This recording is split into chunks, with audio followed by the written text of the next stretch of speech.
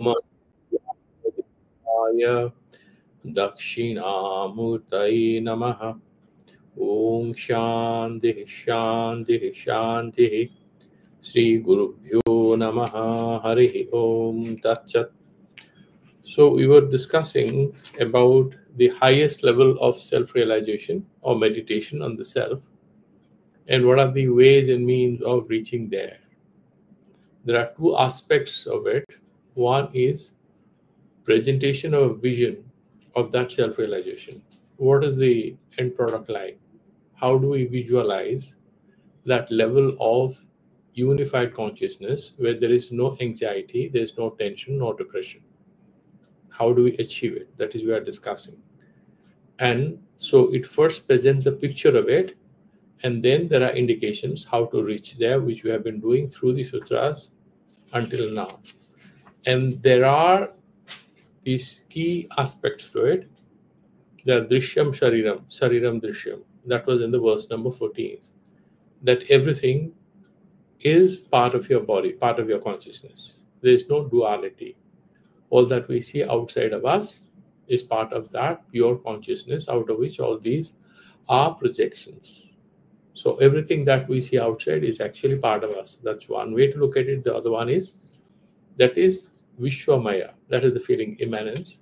And then when one's attention returns to his own body-mind complex, because we have that individuality still lingering in our consciousness, even though you are sort of seated in meditation, then you look at that body-mind complex of yours also is one of the pictures that you are seeing in the samsara.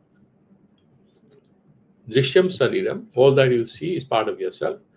Sariram Drishyam, even your own body, own self, or that, whatever you are describing, it's just set of thoughts. It's not, you are no more thinking as if you are trapped in this and that. You say, okay, these are the thoughts coming. You're all the time able to segregate your Swarupa, your essential pure nature, from the modifications which are happening in the mental plane. You may be happy, you may be anxious, but you are neither your anxiety nor your happiness, because these are waves. They have nothing to do with your own nature. How do you do? He's saying, Hriday Chitta Sanghata Drishya Swabha Darshanam. When you unify yourself and you resolve your consciousness, then only these things happen. And Hridaya word, in the Saiva Darshana has a lot of meanings, and we have discussed that, what exactly. He's saying Chit Prakasha Hridayam. This whole beginning, everything is kind of conceived by the Supreme Lord. Some of the commentators also look at the word Hridaya as that Shakti, that Parashakti, which enables manifestation of this whole samsara as it is. And we have already discussed that at length. I'm not returning there. He's saying there is other way as well. Suddha Tattva Anusandhana Dava Apashu Shakti. We are trapped in different kinds of, cages, and it's like we are having a jail term here during our life. Jail term is imposed by our ignorance about who we are. We feel anxious, we feel depressed, we feel sometimes elated, sometimes not. These are chains, but these are not real. Neither your happiness is real nor your sadness is real.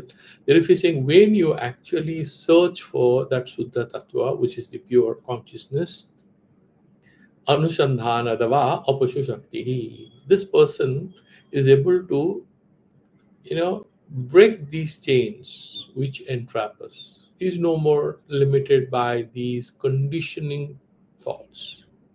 These thoughts are conditioning your mind to think, feel in a certain way. So you are able to. So he's saying, Antara Vahi Vicharyeva Shorupam Tad Vivarjanat. You look at everything, whether inside or outside, and you say that my pure consciousness is nothing to do with either my dreams, my thoughts, or whatever I see outside. Akhanda Mandalakaram Paripurnam Karastidam. We have discussed all that. I'm not returning to it. That was 16th. And then somebody says, okay, oh really? So you can be liberated. You can get out of the chains in which you are trapped. So tell me, what is that self-realization?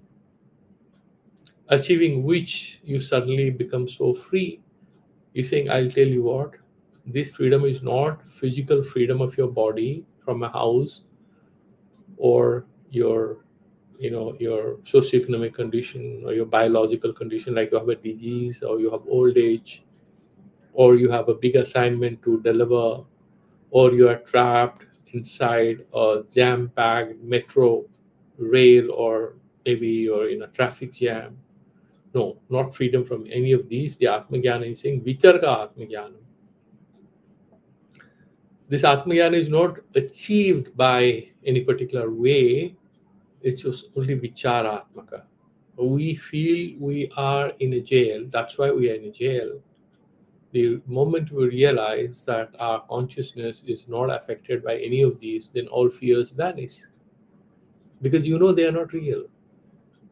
So Vitarka Atmajnanam Sarvagya Sarvakarta cha Vyapakaha Parameshwaraha.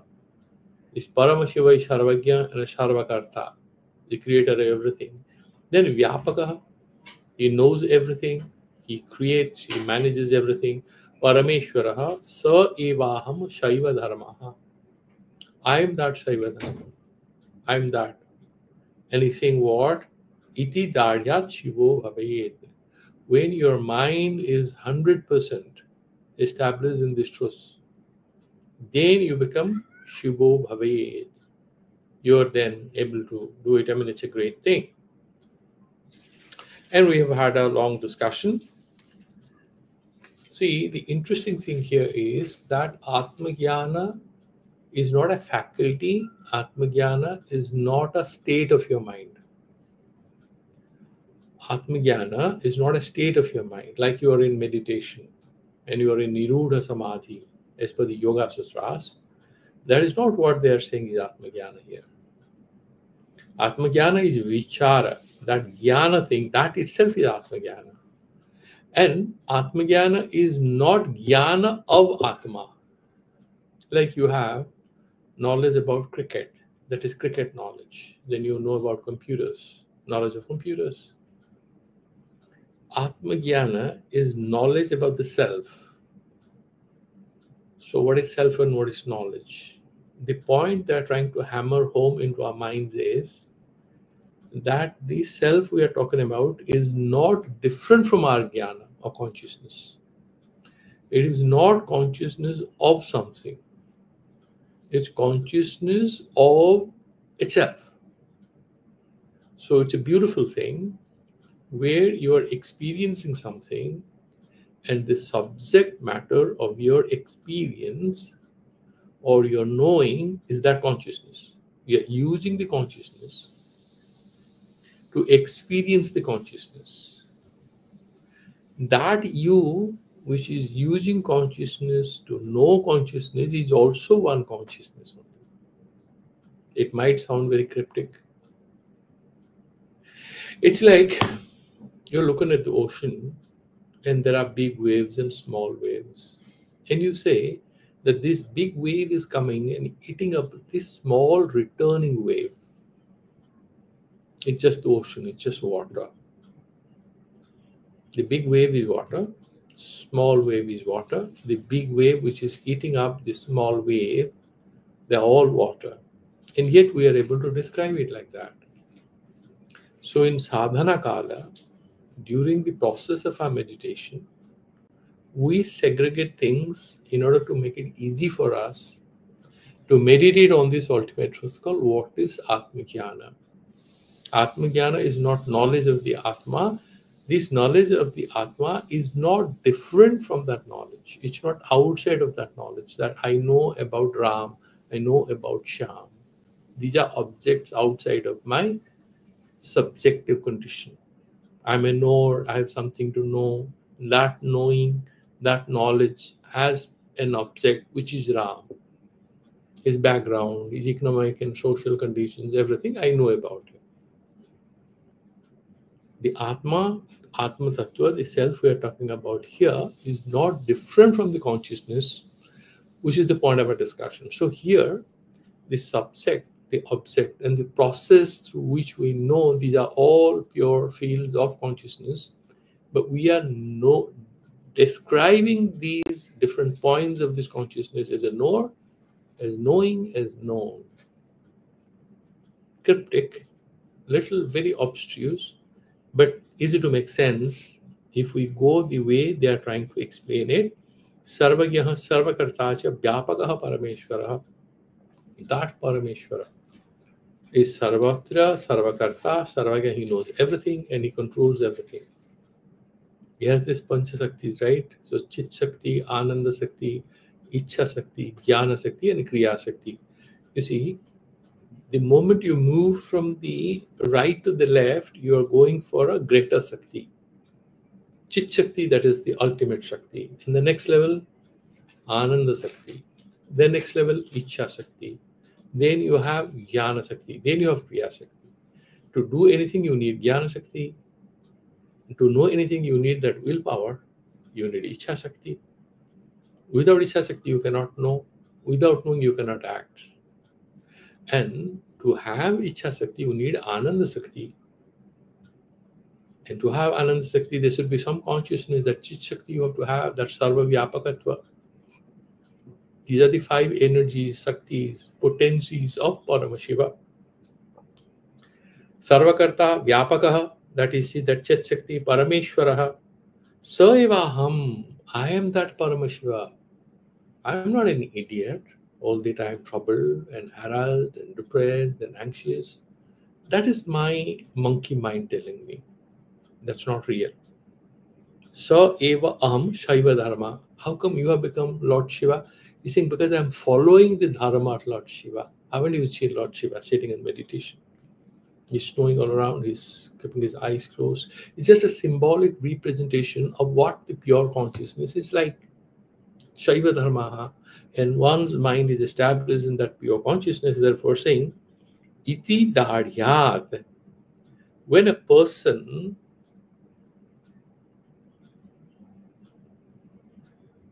when you have that understanding firmly established in you, or your understanding is firmly resolved with this conclusion, you don't have any further doubts.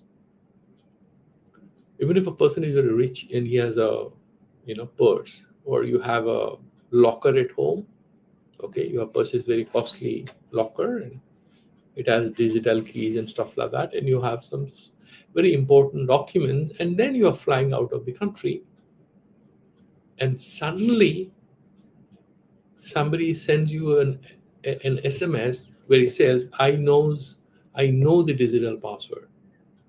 Your whole trip is wasted because you are no more interested in anything. You're just thinking, oh really? So he knows the password. Is he going to open and take away all my documents? He's going to know everything about me? Doubt. Now, so far as we have doubt, we don't have clear understanding. We don't have faith. We can't be happy. Our happiness is very vulnerable. It's like a person sitting in business class and going to another country for a holiday, anxious that his password is known to someone else. But it's not like that. He's saying, Saiva Dharma iti Dadhyat. When it's firmly resolved like that, Shivo Bhave. Even though he has a human body, he has all the infirmities associated with human life, is almost like Lord Shiva. Why? Because he knows, he has a mind who also feels and thinks and all that, but he says that I am not the feelings, I'm not my thoughts, I'm not my actions, I'm that pure consciousness, and therefore I am Lord Shiva myself. Vitarka Atma Jnana. Now, you might say, are you talking about the meditative state? I can understand it's possible because somebody has closed his eyes, is not thinking about anything, and therefore he says, I'm Lord Shiva. And a lot of people take a lot of intoxicants and they sit and say that I am the king of this world. It's quite possible. Are you talking something like that? He says, no, I'm not talking like that. What are you talking about? Now, this fellow in the state of meditation is also happy and at peace. And even in his everyday life, whether he's going to a market or he's stuck in a traffic jam or he has exams to take or he has to marry off his daughter, too many guests, or he has to submit a very important assignment in the office, or he's attending somebody in a very bad health condition, it's all the time quiet. How is that possible? Vitarka Atmagyanam. He knows these pictures that he's passing through are just imaginations. There's nothing real. It's like two brothers are watching a full horror film. The younger brother is scared and holds on to the elder brother. The elder brother is giggling and having his chips. He knows it's a horror movie. There is no dinosaur, just a picture. They are sitting in their bedroom. He's absolutely not scared. He's having fun. The little brother is scared. So our spiritual self is like the elder brother who can have chips and enjoy life, provided we know it's a film. Nothing real about it. It just appears, it'll come and it'll go in a flash. Therefore, he's explaining that particular thing, and it's a very beautiful sutra to inspire our spiritual sadhana. The sutra goes like this: Lokanandaha Samadhi Sukham. It's not about sitting in a tight posture, closing your eyes, and then controlling your breath, or you're watching your own breath, you're doing anapanasati like a Buddhist monk, or vipassana. No. Even if during your Bhuthana dasa, when you are walking or you're doing something, you're interacting with people, you're studying for exams, or you're doing assignments, you have as much happiness, as much blissful experience of life as if you were in samadhi. There's no difference whatsoever.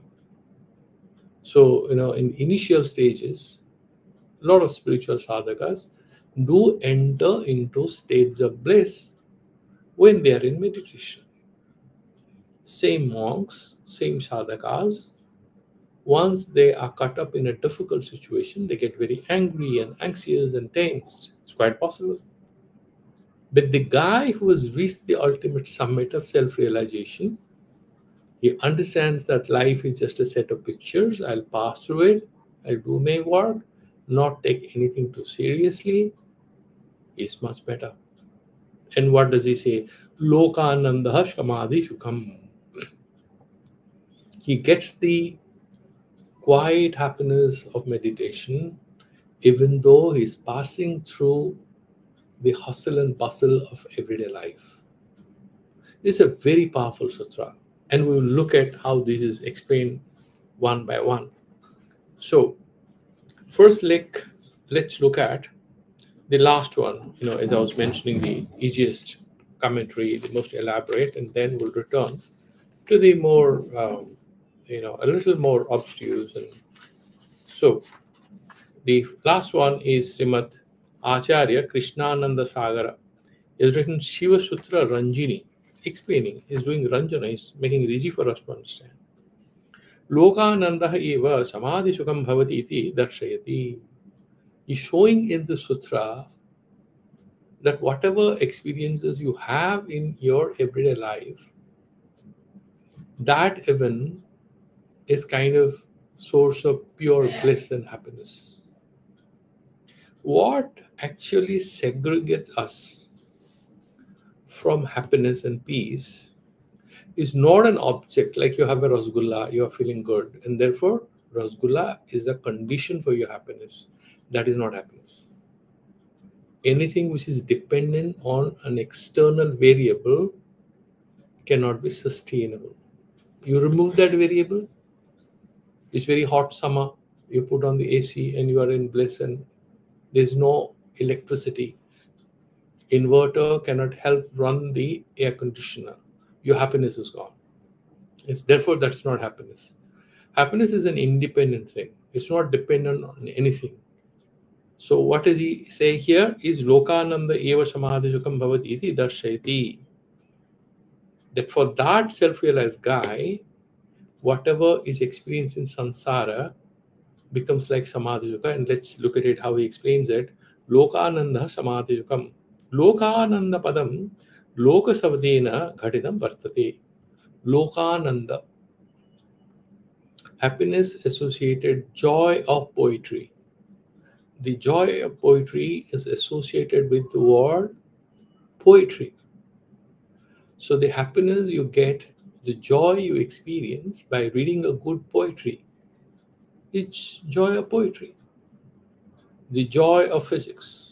So the happiness or joy you derive by reading a favorable subject on cosmology or something is joy of physics, joy of adventure.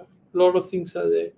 Lokananda, the ananda which you experience in samsara, loka. Let's now look at this word loka. Loka shabdena ghaditam vartate, lokyate iti lokaha, lokananda. So we have to make sense of the word loka. What does it mean? Loka means a human being or people or samsara. What does it mean? Lokananda. He's explaining it like this: lokyate iti lokaha, lokayati iti lokaha. There are two ways in which you can make sense of it. One is lukhyate iti lokaha. Iti vyutpatidvayena lokashabda grahya grahaka rupam arthadvayam bodhayati. Grahya and grahaka. Now this is a pencil I'm holding. This is grahya I'm holding. Who is the grahaka? I'm holding it. Grahya and grahaka. Now we are doing the Siva Sutra. What is the grahya padartha for our satsang? Siva Sutra. Who is the grahaka? We are accepting it. You have subject and you have object in this whole samsara.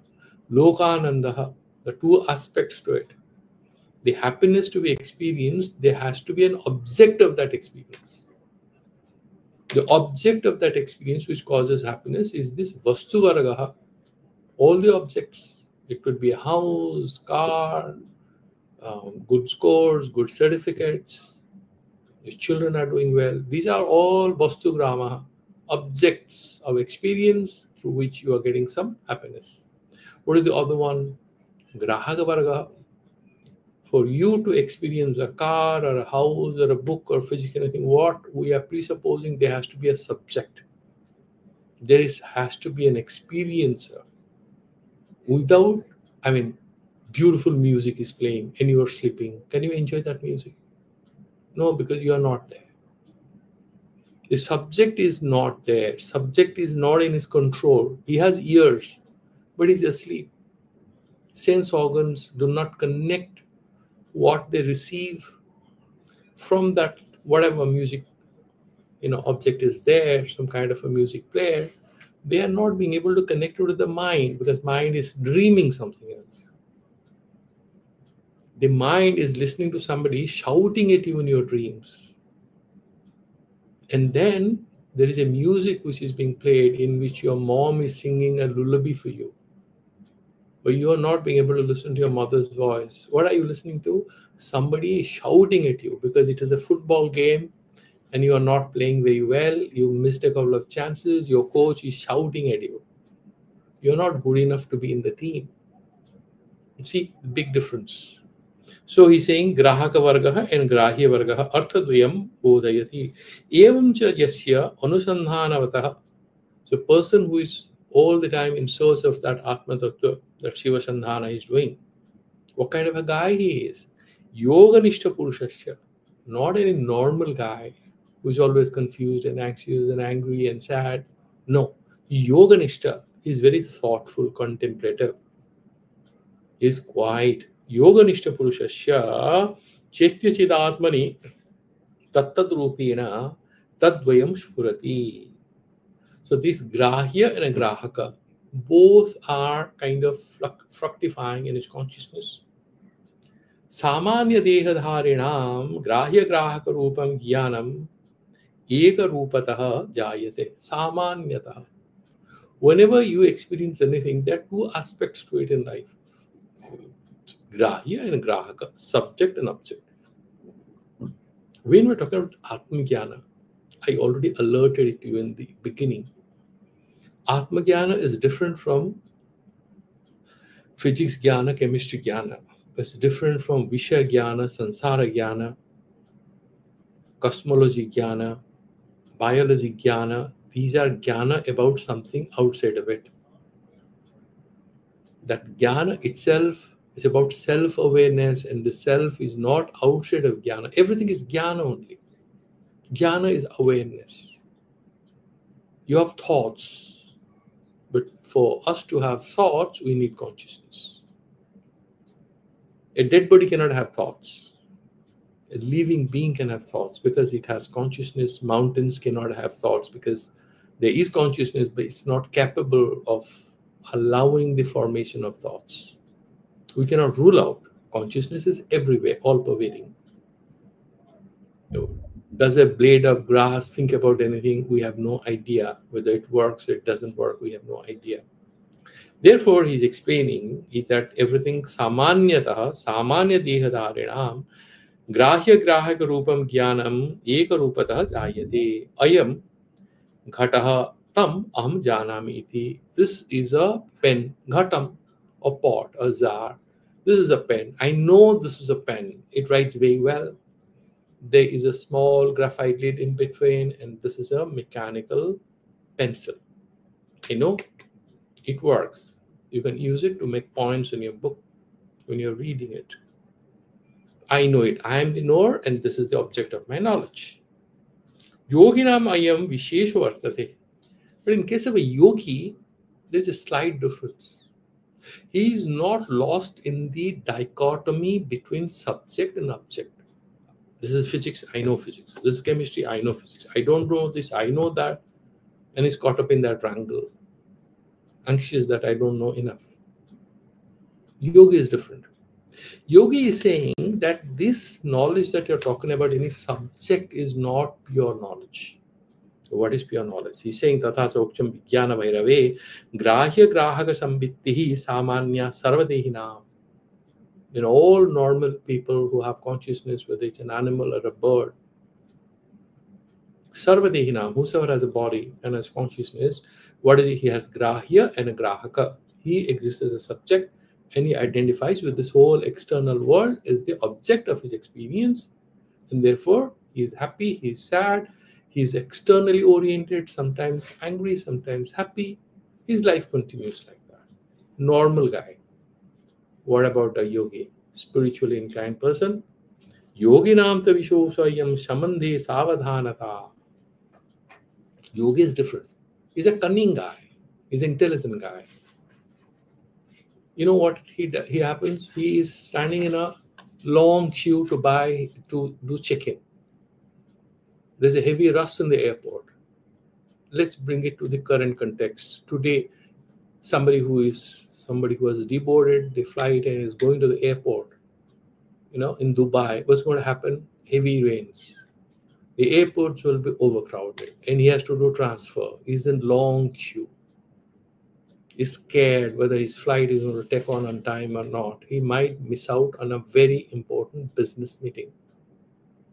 Normally, he will be a little angry and somebody touches him. He pushes, why do you touch me? Yogi is different. What did he do? He's saying, okay, this is the situation, these things are happening, and the mind is likely to experience all these emotions. But my consciousness is beyond that. Like children, somebody is scared, there is an examination. The intelligent student who is a little spiritually says, yeah, this is examination. This is how this bloody mind is supposed to get agitated. But I'm not my mind. How do you know? Because I don't die when I sleep. My mind thinks 20 things. Mind changes. I am a witness of my mind. I'm like the hard film screen on which a lot of films are playing out. I'm different from my mind.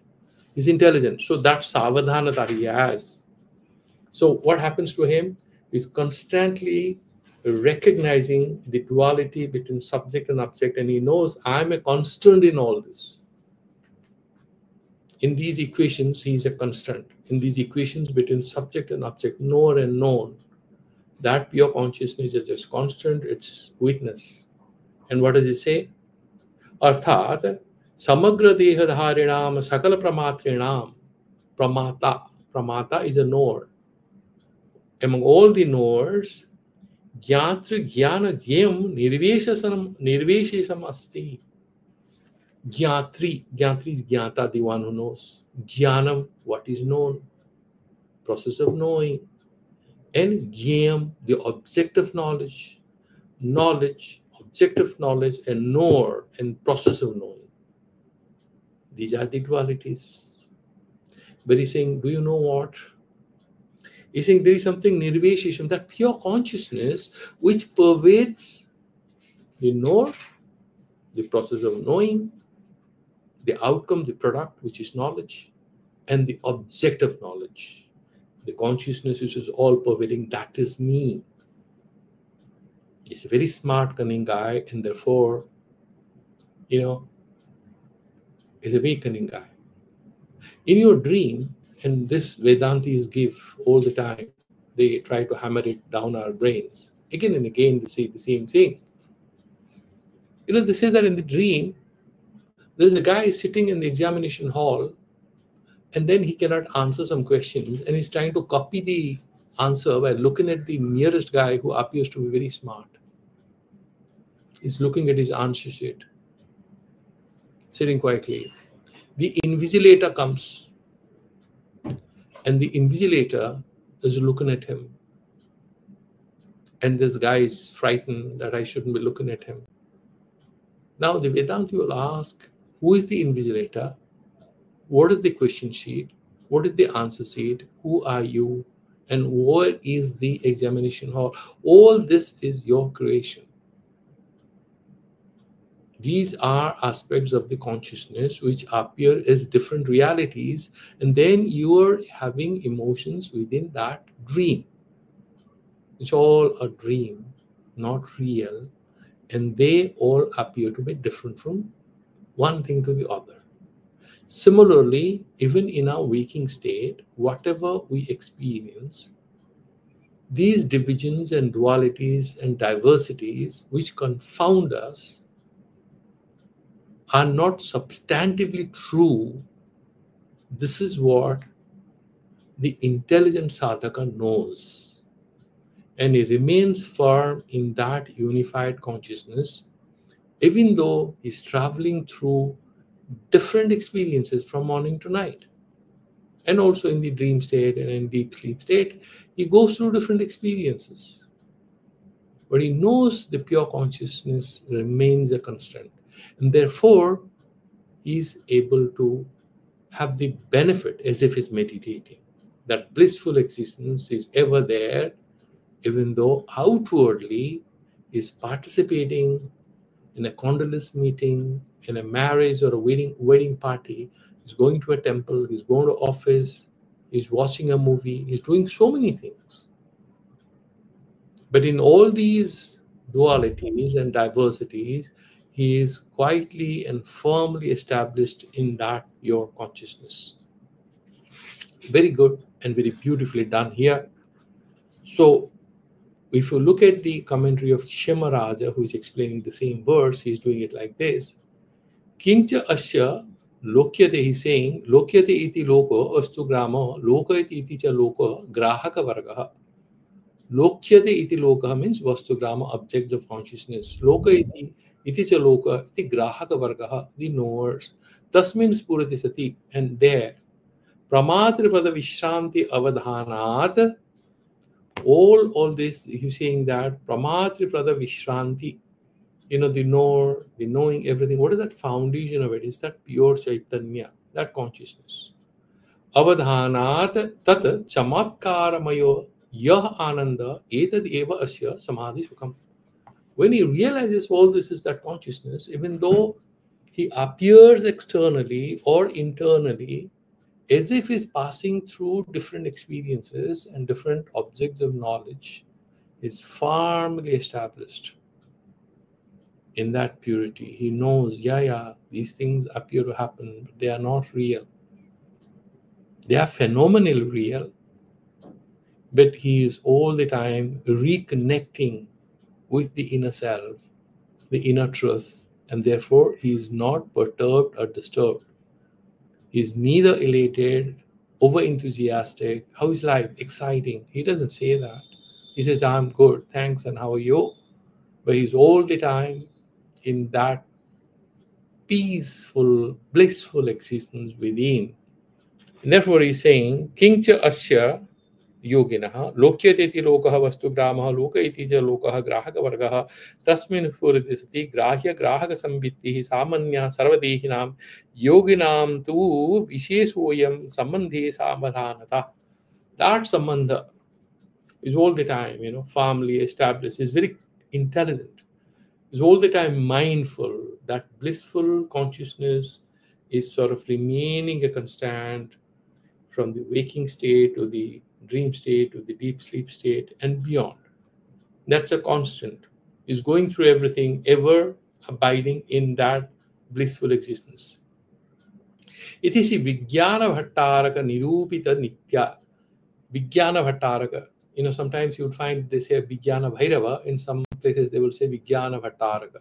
Whenever you come across this word Vijnana Bhattaraka, please understand that they are referring to the book Vijnana Bhairava Tantra. Vijnana Bhattaraka Nirupita Nitya Pramadrapada Vishranti Avadhana Anantaha Chamatkaraamayo Yo Anandaha Edad Eva Asya Samadhishukam Etaduktam Tatreva.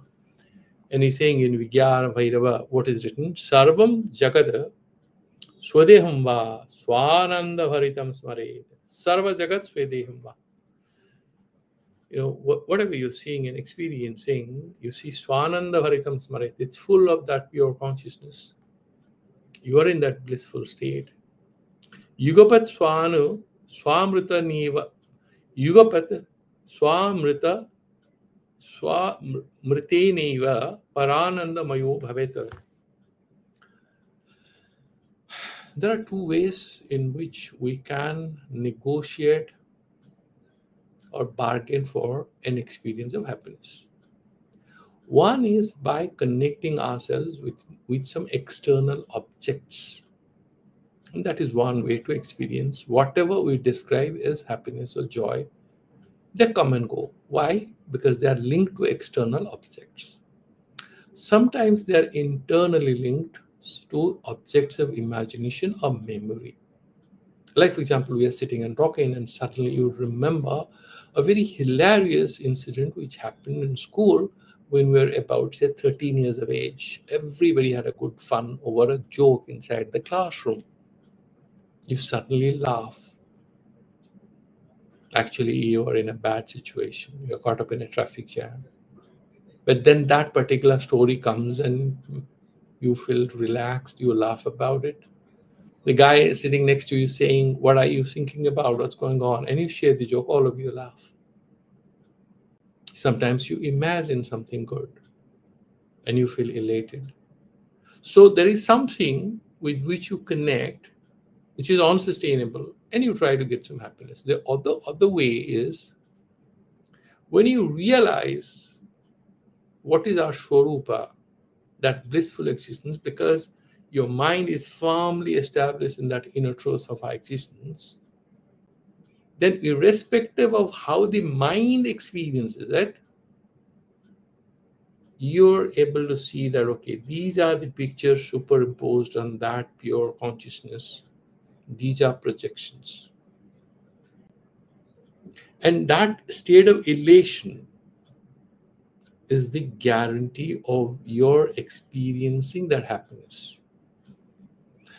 You remember when we were children, so you wake up very early, you do a lot of maths, and then you go to your class, you're very quiet, others are playing this, that, but you are in an inner happiness state. Remember, you must have experienced it. So the day is wonderful for you because you have done a lot of studies and you have that inner peace and everything. And then you had an argument in the afternoon, something, and you lost your peace of mind, or on your return, your mom asked you some stupid question and you had a harsh reply, and she had something, she got angry, she told something back at you, and then you had an argument and it spoiled. You could have it with a friend or sibling or mom or dad, anyone. Until then, you were very happy. Huh? Now, imagine about the yogi, the sadhaka, who is inwardly oriented and is established in that pure consciousness, and therefore he doesn't get entangled with this surface level interactions without remembering that purity with him. And because he's able to do it, even though he seems to pass through different experiences, who is all the time firmly established in that blissful self-awareness, and that's the kind of happiness that Samadhi Shukam is experiencing. It is not dependent on any external or internal objective experience, but a realization which informs, tempers, defines, characterizes all other experiences. So even though he may miss a train or a bus or a flight, or he might get a great news or a bad news, that state of his consciousness dictates, tempers, influences what kind of thoughts will emerge in his mind. Sometimes some contrary thoughts may emerge, and yet he knows these are thoughts and remains steadfast in that inner consciousness of the truth. And therefore, he's quiet. He's not affected. It's not much easier said than done. But we are talking about a very highest level of realization.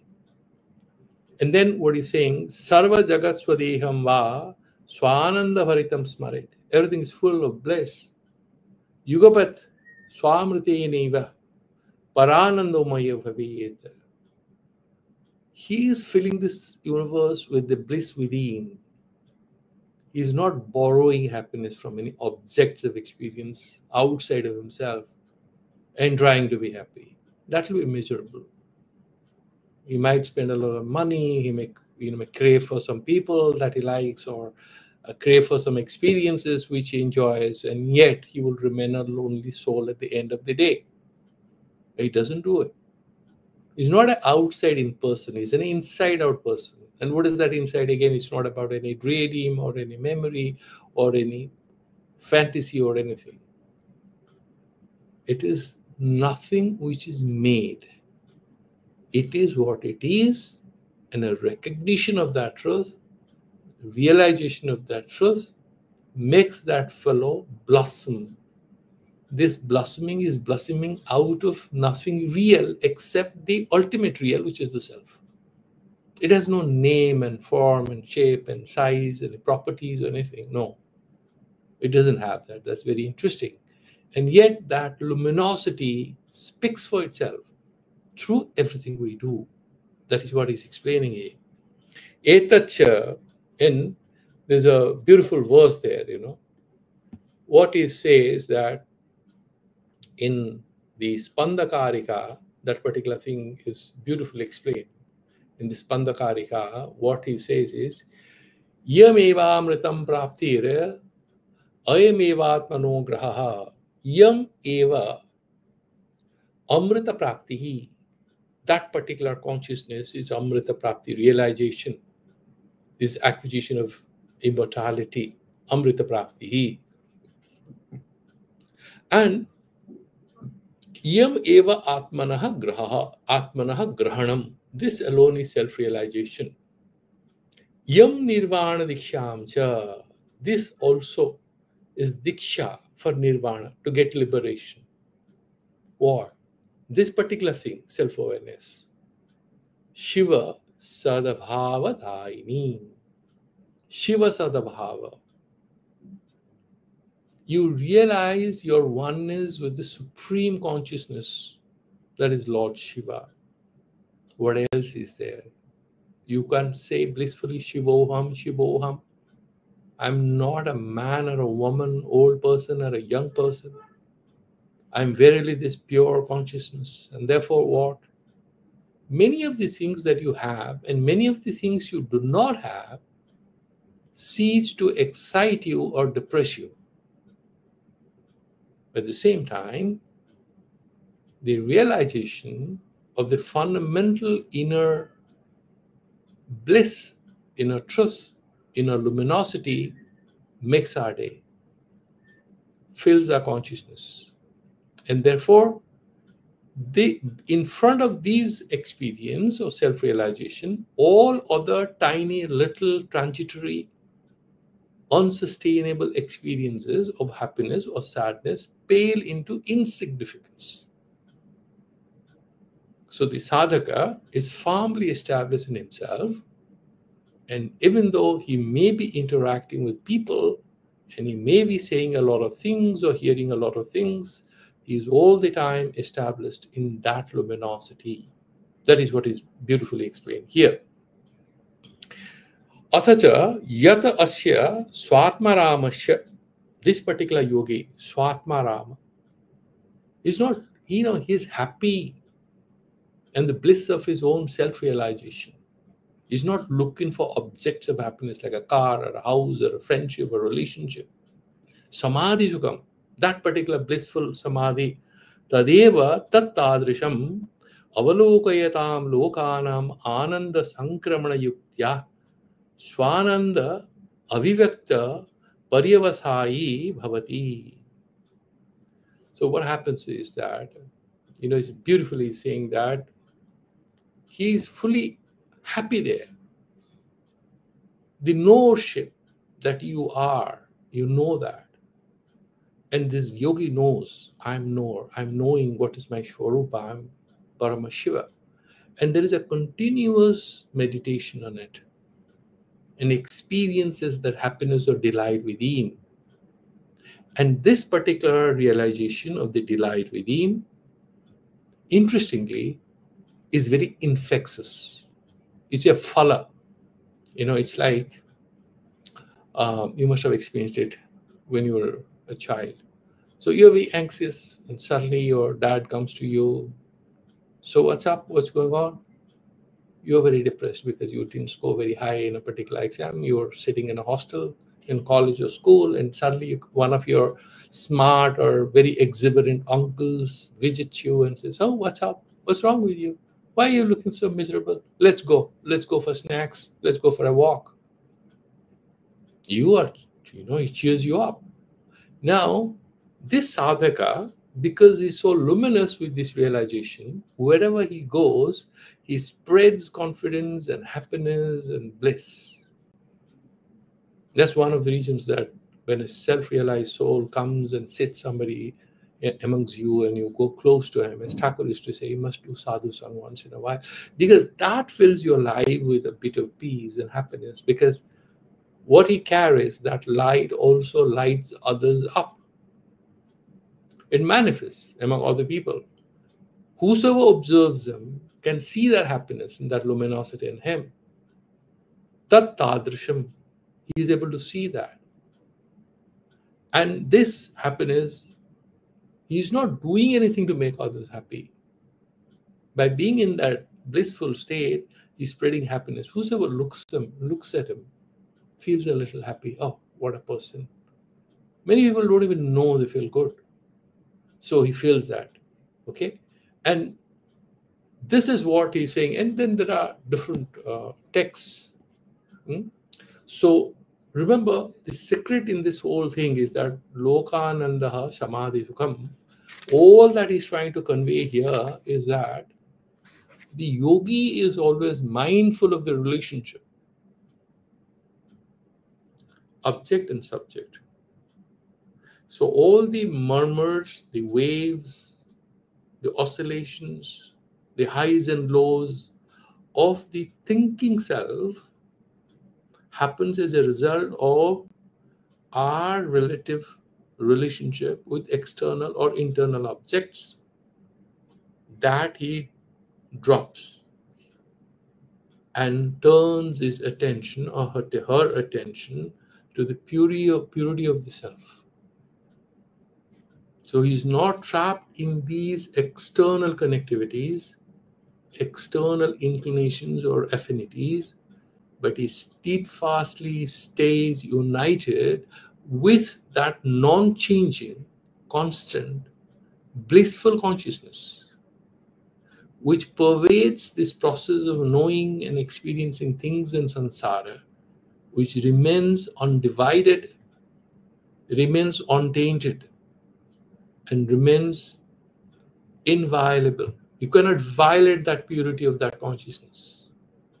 You might The moment, however, you recognize a false thing as real, the real thing appears false to you. That you have to already be, we have to be careful about that danger and risk.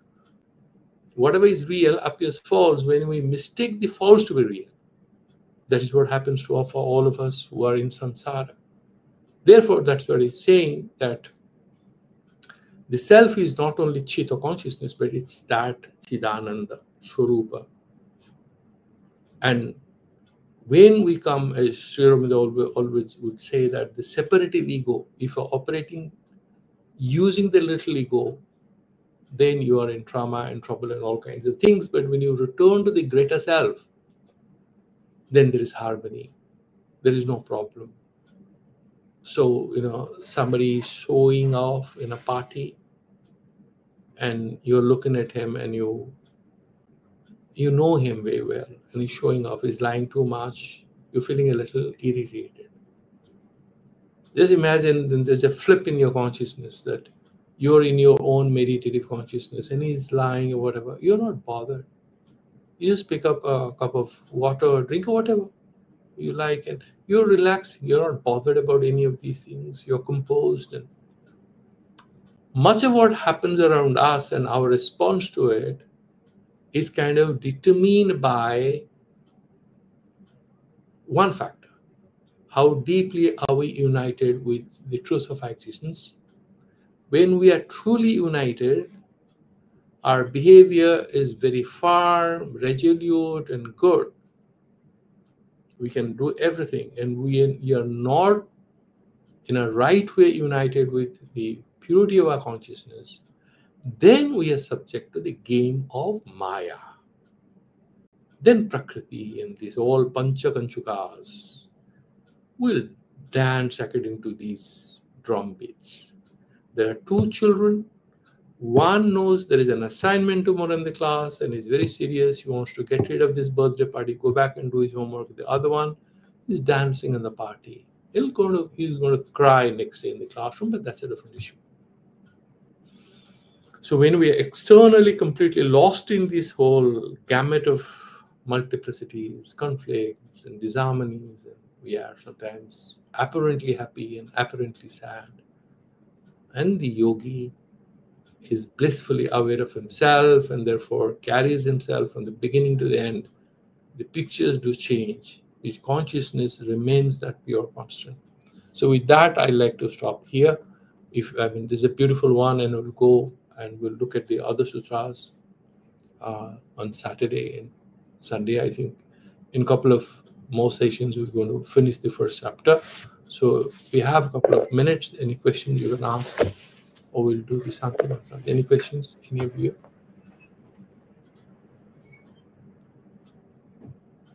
No. Okay, so let's do the Santi mantras.